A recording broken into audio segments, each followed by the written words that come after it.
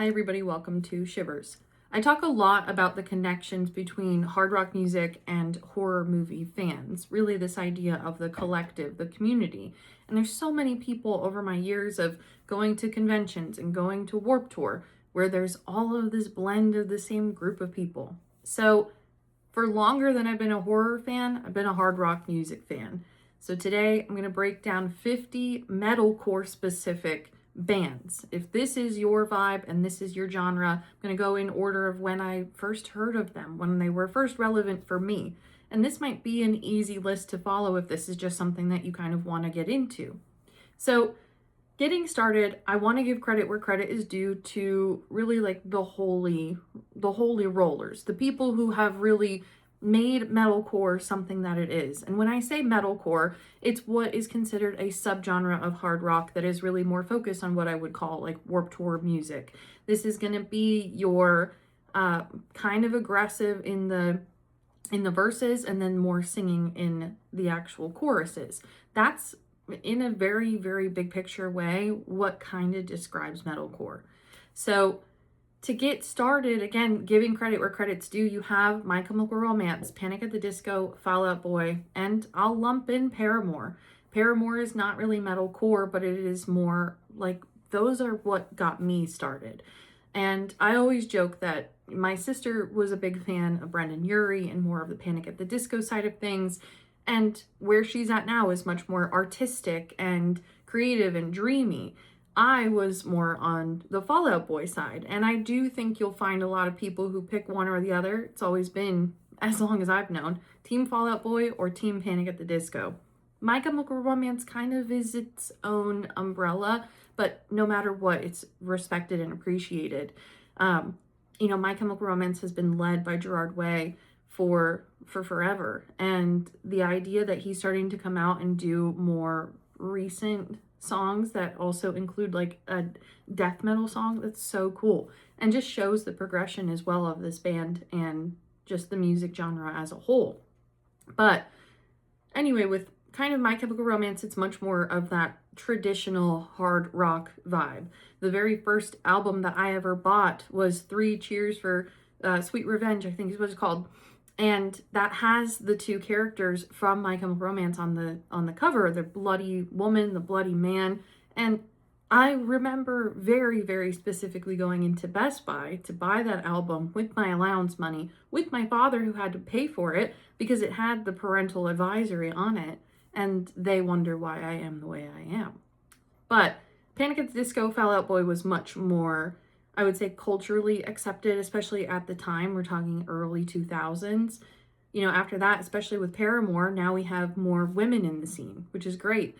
And people who are not afraid to experiment with fun hair and outfits and just really impressive singing. Hayley Williams has really just, she's born to sing. A lot of these people, it's like, this is what you're born to do. So after Paramore, for me, was really Avril Lavigne. Again, I'm talking much more early days, so I'm just giving credit where credit's due. But the Avril Lavigne Girlfriend album in particular, and even before that with Skater Boy, you're still seeing that blend of almost like pop punk, but more specific to like the skater punk that we have now kind of trickled out of from the late 90s. Think about like Blood Brothers from Papa Roach. That song is in Tony Hawk, which to me automatically makes Papa Roach more of that like skateboardery band.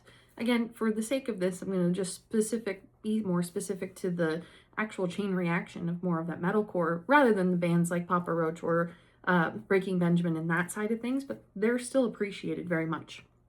So Avril Lavigne, you got to give credit where credit's due. Avril Lavigne, Hayley Williams, they're some of the first people, women especially, to kind of come out and bring some of this type of music to the scene. Now we get into the territory where we're crossing the bridge. We have the respect and the appreciation for these professional musicians and what they have created and this brand new door that they have opened. Now we have punk goes pop, punk goes crunk, punk goes whatever. This is where I believe every single person who is a fan of metalcore has been born from. Punk Goes Pop, all of them are just 10 out of 10 bangers. These are all very metalcore and punk and post-punk subgenre bands that have now taken really, really popular top 40 hits and done a makeover on them. It's the first version really of now that's what I call music, or even, kids pop, but for this. So Punk Goes Pop introduced me to so many bands, and that's really when my own Warped Tour era also kind of kicked off. I was then kind of going down the rabbit hole and found bands like Pierce the Veil, Sleeping with Sirens, even the early days of Breathe Carolina. One of my favorite songs for a very long time, and I honestly would say probably still to this day, is more of a later Breathe Carolina song, but it's with a band called Issues, which I will also add to the list and add them next. Issues is led by Tyler Carter, also a man who's born to sing, but who makes horrible life choices. Issues, I love Issues. It really, to me, is a guilty pleasure.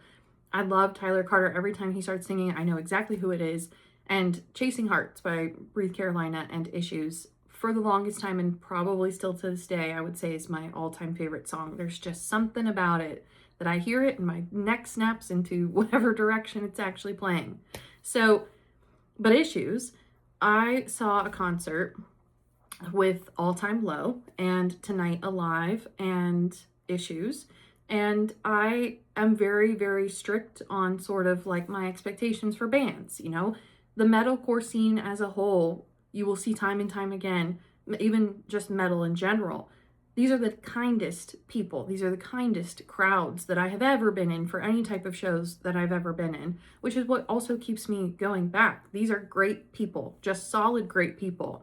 And Tyler Carter is objectively not a really great person. You can do your own research on him, but that concert, they opened for All Time Low, and they were so cocky. One of their biggest songs is King of Armorio, and they started playing it, and then they stopped, and they said, this crowd is not good enough for that song.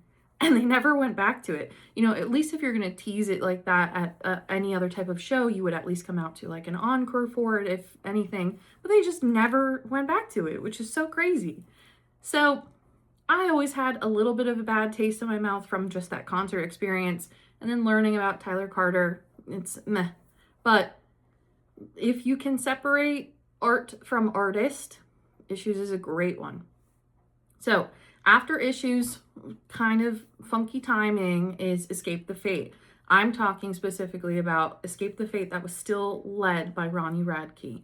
Ronnie Radke, later down the list, started a band called Falling in Reverse. Ronnie Radke is probably one of the most problematic people in this industry because he's very opinionated. He's a very larger-than-life personality, especially on social media, and he's not afraid to say what he thinks. There's some respect there, but at the end of the day, he's a diva. He's a rock star. I mean, I think it's kind of fun to see him start from Escape the Fate. And it's also kind of fun that TJ Bell now owns a tea shop, sort of tincture shop, Black Magic Cafe in Old Forge, Pennsylvania. And he, for the longest time, was their guitar player. So, all of that hometown feel a little bit. So after Escape the Fate, we have two bands that, to me, I always kind of blend together, There for Tomorrow and Tokyo Hotel. There's been a lot of pictures online recently of Tokyo Hotel having this, like, reconnection with each other, which is just very cathartic to see. Tokyo Hotel, I would not go as far as saying that they're a great band, but they have some bangers from back in the day. They have a song called Humanoid. That whole album is really, really great. There for Tomorrow has a song called Just a Little Faster, and I think it's just a little faster, but anytime that song comes on too, it gives me the same feeling as Chasing Hearts. It's just like, that's nice to hear. So they do have a similar vibe, There for Tomorrow and Tokyo Hotel. After that, we get a little bit more mainstream. We have We the Kings, We Are the In Crowd, and Memphis Mayfire. Memphis Mayfire, for the longest time, had a song called The Sinner that I would have also said was my favorite. I mean, again, I'm talking in terms of phases, but I'm going to have different favorite songs at different phases. But Memphis Mayfire always had a really great place in my heart. That is a band that I have seen more live than almost every other band. Maddie Mullins is their singer. My only gripe with Memphis Mayfire is because Maddie Mullins is so religious in his own personal belief system. Sometimes that bleeds over into their music, and like even just him kind of talking at concerts, it's like, you know, we're all collective and God loves you. It's like, I don't, you know, leave that shit at home. I don't want, I'm at a concert. I don't need God's blessing. So that kind of bothered me, but Maddie Mullins, again, this is a dude who's born to sing. He seems like a very wholesome person. I like it. He has also been on and off the singer of a band called Anberlin, and they're a lot more like early 2000s as well. So most people know Maddie Mullins from Anberlin, not from Memphis Mayfire, but he's still kind of in both. He's mostly in Memphis Mayfire, but he's still in both. So We Are the In Crowd, also led by a woman. I want to say her name is Taylor, but I don't know right off the top of my head. Fun fact, when I was in high school, I had Twitter. I don't have Twitter now, but they followed me on Twitter. So I still have a soft spot for them because, you know, that's pretty cool. So now we break into what I would call the next section. This is really the core of true metal core. You know, everything before this has been a little bit more of that like punk that has grown, and also the appreciation for the originals. But now we have the core crew. So, A Day to Remember. I want to shout out a person from high school that is he's still floating around, but I'll never forget, he showed me the song called Heartless in middle school by a band called A Day to Remember. And I thought that that was the most insulting thing that a boy could have ever showed me because it's literally a song called Heartless. But after that, A Day to Remember became my favorite band, and they were my favorite band for a really long time. To me, now they've gotten a little bit too big for their britches. They're very selective with how much music they put out. They're very selective with how much new music they create. They're a little bit cocky for concert attendance. I've only been to a handful of shows by them, but I don't know. I don't really love when artists tell me what to do. Like, you know, split the room and make a pit and do this and do, like, stop telling me what to do. I just want to be able to hang out and have a good time. If I see a mosh pit and people are just so inclined to do that themselves, then let them. But regardless, A Day to Remember, the Homesick album, that album by far is my all-time favorite album. I cannot say enough good things about that album. I love it. I love every single song that's on there, specifically Homesick. I can't say enough good things about that album. Along with A Day to Remember, we have the early days of Bring Me the Horizon. Bring Me the Horizon, for people who have only heard more of their mushy stuff as of recently, Bring Me the Horizon used to be really aggressive. And I used to have Diamonds Aren't Forever as my ringtone in middle school. And basically the lyrics of that in the beginning are, we will never sleep because sleep is for the weak. We will never rest because basically sleep is for the dead. That song, for me, and there's also a song on there called Chelsea Smile, I believe. This really kicked off the more heavy version of metal that I ended up getting into. But I've loved the progression and the growth of Bring Me the Horizon. I think that they have really grown. Like, when you see Bring Me the Horizon, to me, it's like they are celebrities and they have earned it. They have been working their ass off for all these years. They have modernized themselves. They've gone with what people have liked, but they've still mostly stayed true to who they are. I would love to see a little bit more of a heavy song now and then, more relevantly than it has been. I think really the last one that we got was like, that was as aggressive as I would want it to be, would probably be Dear Diary on their last album.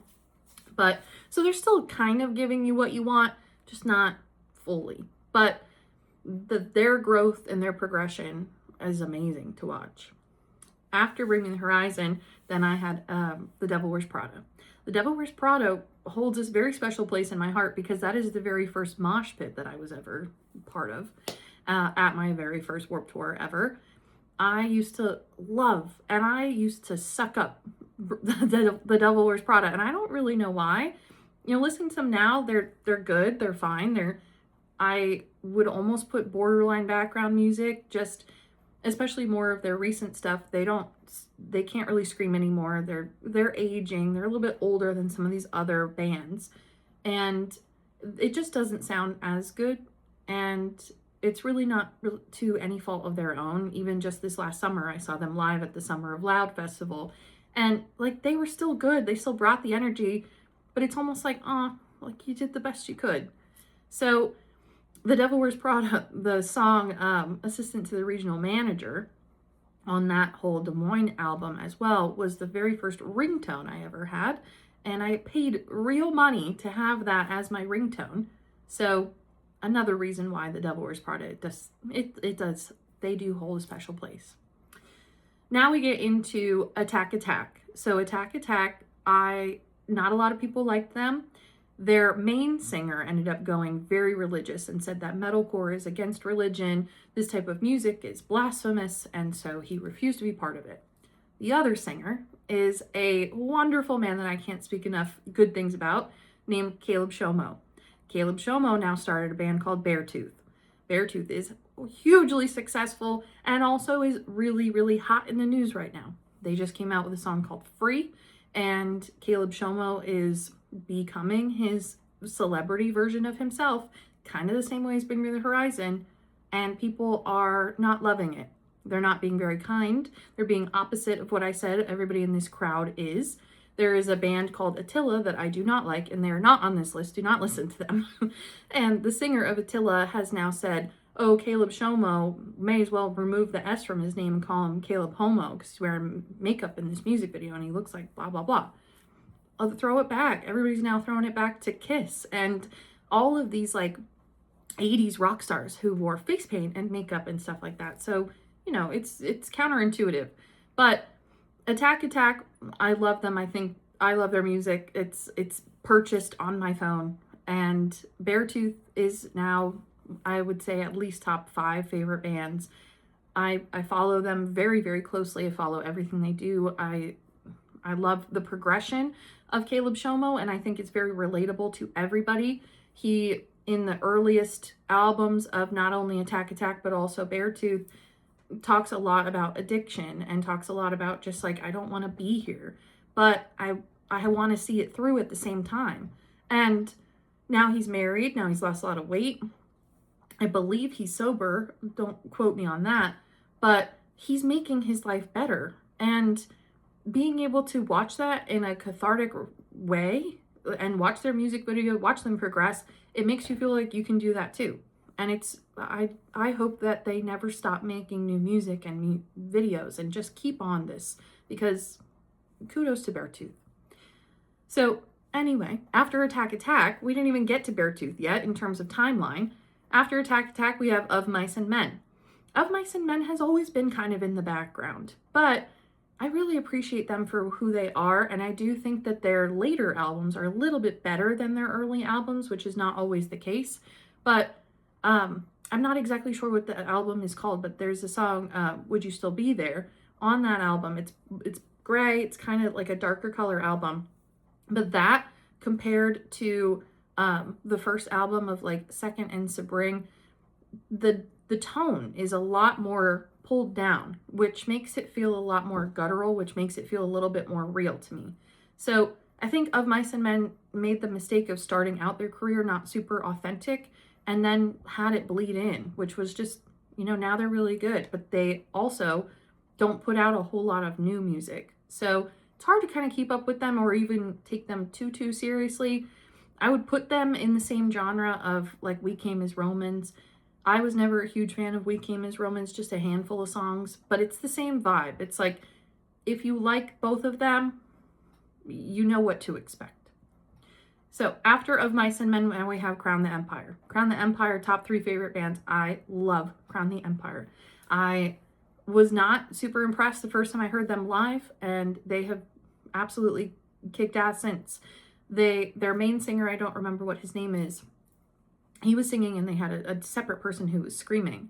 And probably in around 2016, it would have been 2017, the person who was screaming just left, like completely ditched the band, didn't help them, nothing.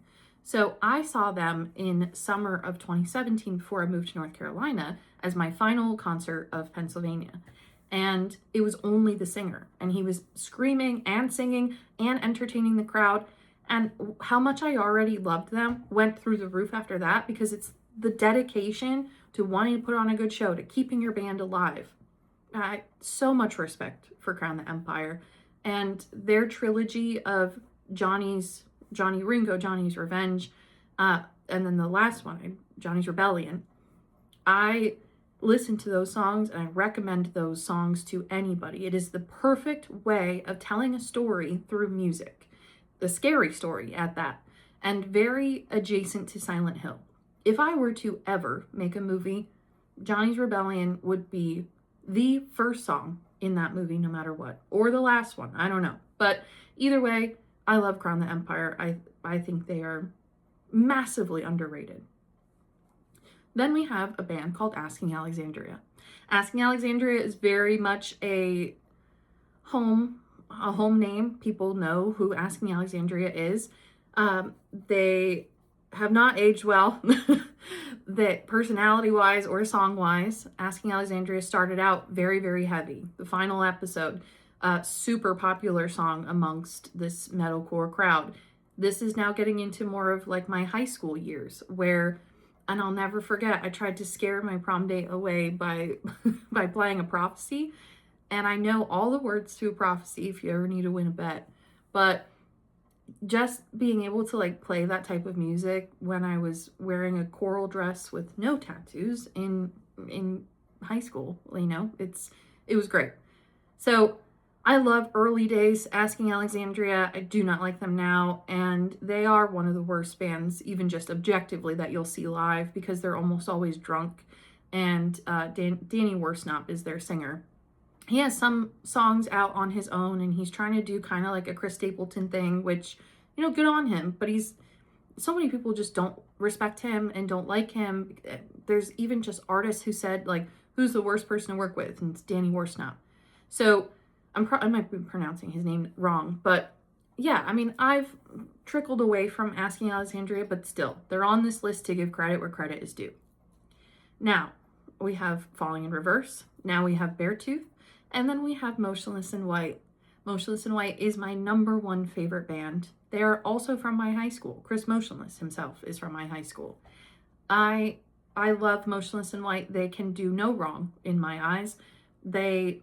Chris Motionless and Motionless in White as a whole is exactly what every single person in this world should do. If you have a dream, pursue it and do not stop. Put your name in front of every single person that can. Put your look in front of every single person that you can. Motionless in White has been extremely aggressive from the beginning. Listen to the song like Creatures or Immaculate Misconception, or Abigail. All of these videos have so many hate comments, have so many things like, you're summoning the devil, this is evil, this is awful, blah, blah, blah. I remember the first time I saw them at Warped Tour, I was like, damn, these guys are scary. Now, with everything that I know, with everything that I preach, Motionless in White could not be doing a better job. The Thoughts and Prayers music video, my all-time favorite music video. I think that they are just 10 out of 10 for not being afraid of pushing the boundaries, for being very authentic and very true. And of course, I still have that little like hometown love for them as well. And just, it's so amazing. And I will talk a little bit later about Ice Nine Kills, but their guitar player, guitar or bass, I'm not sure, Justin Morrow, moved over to Motionless in White.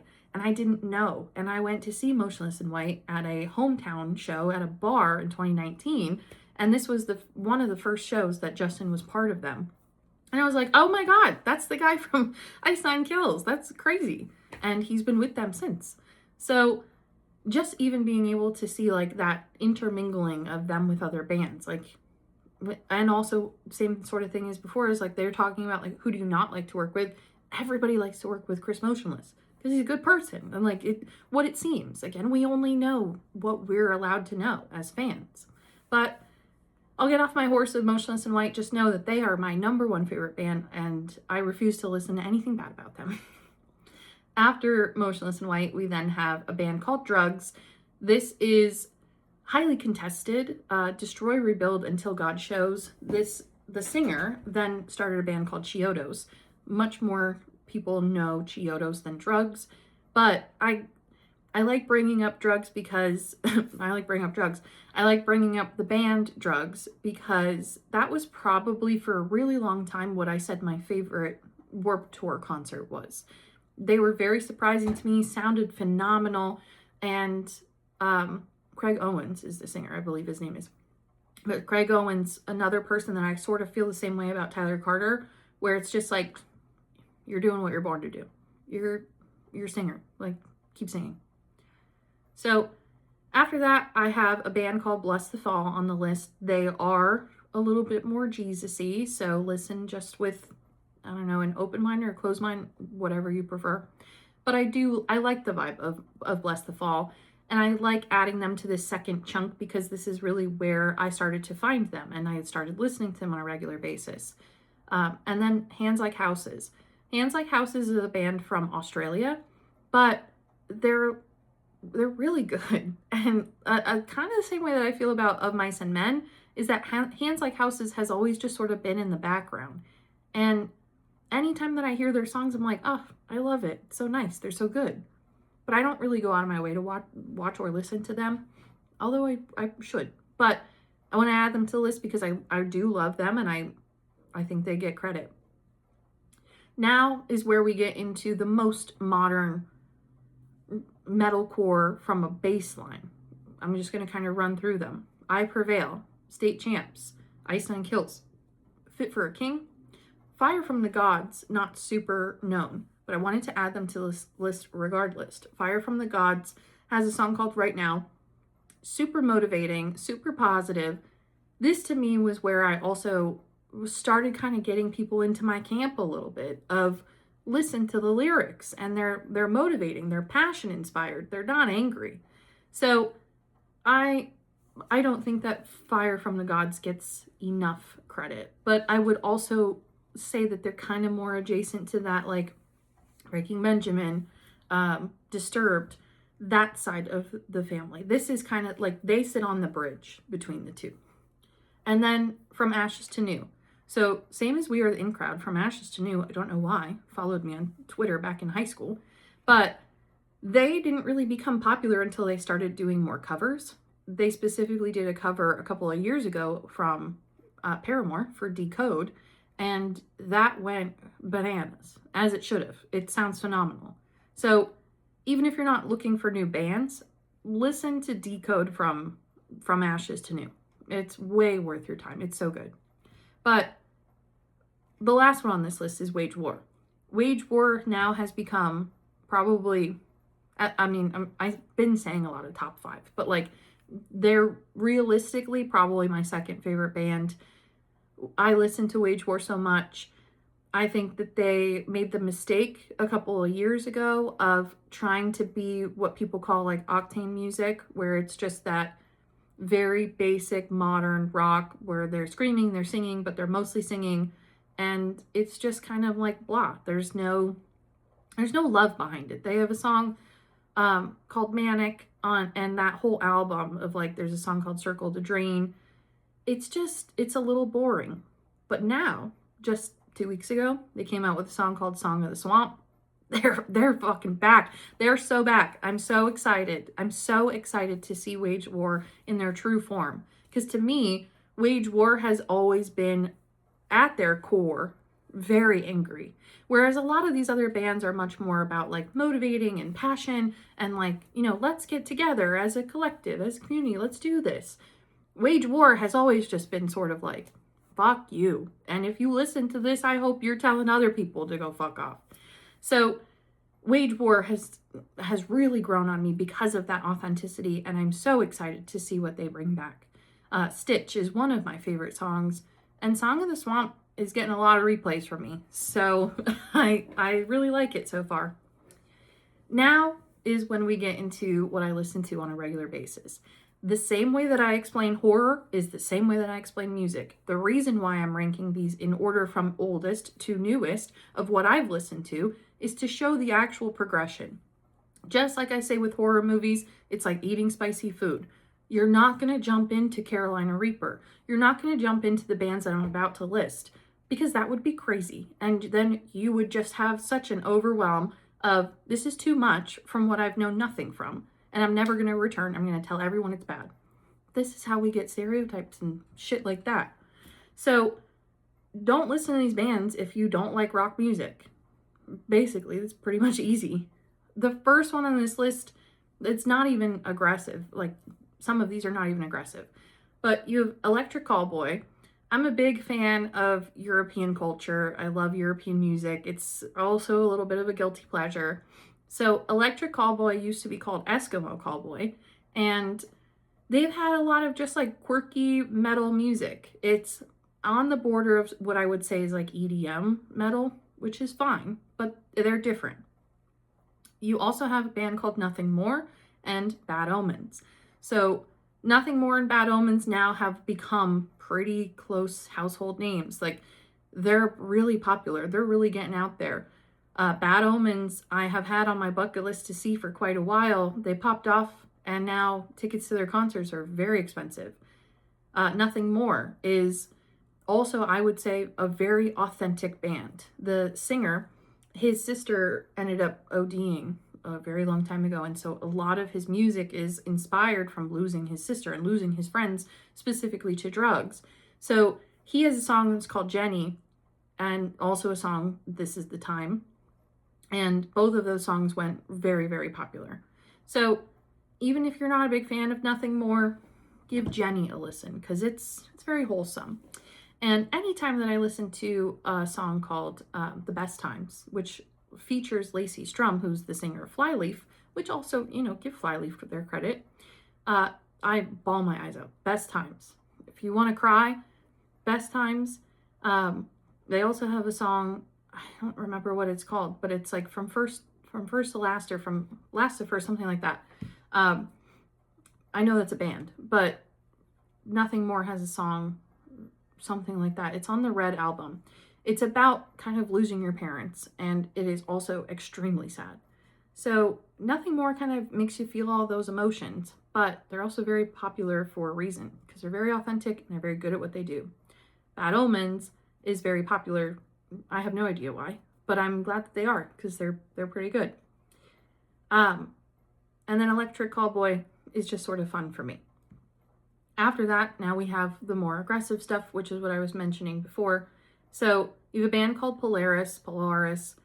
I would put them in the exact same category as a band called The Plot in You. Plot in You has gotten pretty popular. They have a couple of really, really popular songs. One that came out not too long ago is a song called Silence. I really like that music video. I would recommend that music video. I think it's really good. But those are both like, they're gonna yell at you. Like, you're gonna feel like you just got yelled at when you listen to these songs from these bands. After that, you have Suicide Silence. This is a band that has been around for a very long time. What got them a little bit more in my camp is a song called You Only Live Once, also incredibly popular, has over 1 million views on YouTube. You only live once, so let's go fucking nuts. That's the lyrics. It's great, but very motivating and very aggressive. Then you have a band called Amur. I have not done all my digging on Amur.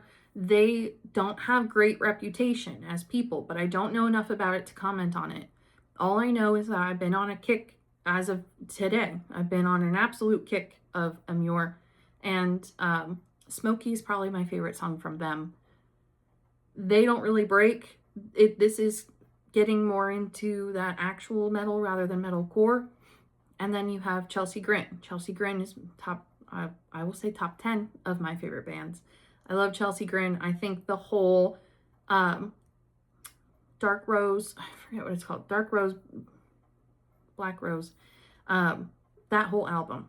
I love that album. I would put that album in second place to Homesick from A Day to Remember. I've listened to that whole thing. It's Cross the Universe, I believe, is the very first song on that album. It's like orange and brown and black. But Yeah, Chelsea Grin. And anybody who wants to go to see Chelsea Grin with me. I've been trying to get everybody to go, and no one will go, which is making me sad.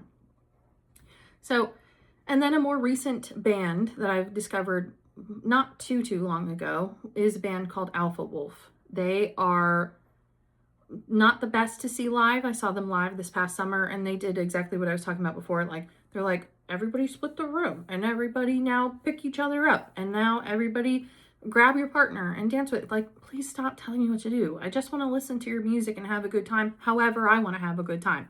Does that mean I'm moshing? Does that mean I'm crowd surfing? Does that mean I'm just standing here bobbing my head?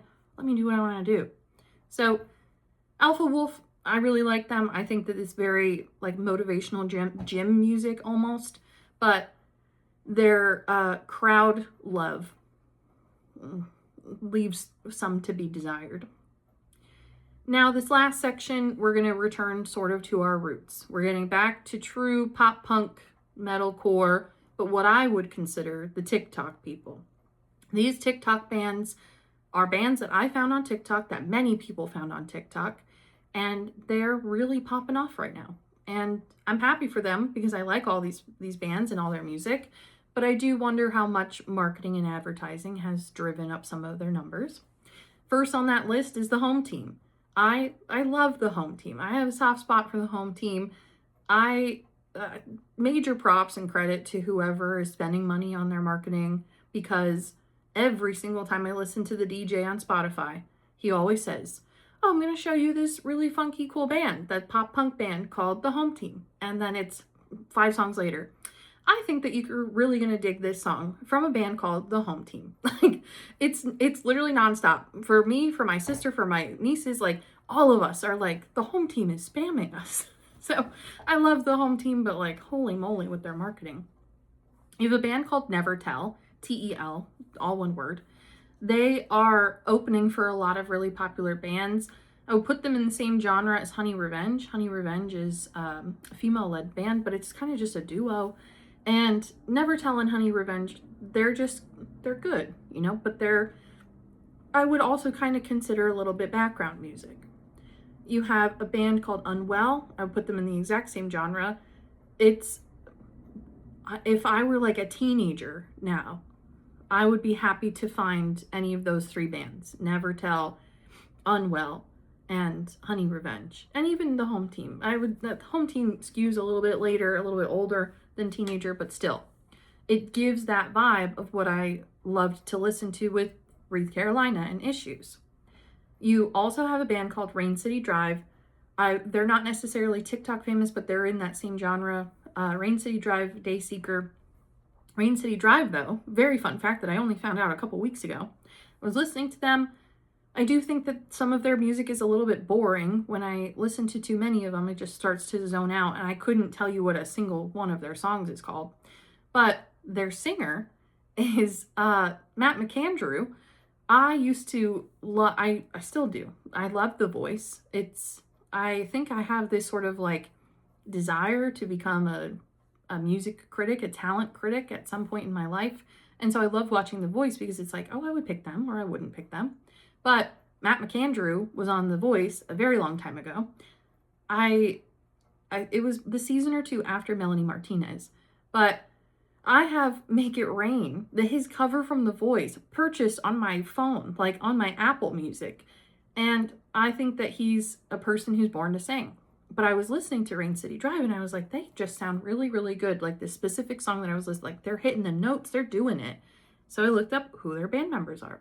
And I was shocked to know that Matt McAndrew is the singer and has always been the singer of Rain City Drive. So I need to listen to them a little bit more now that I found out this information, because it's just very like rewarding for me.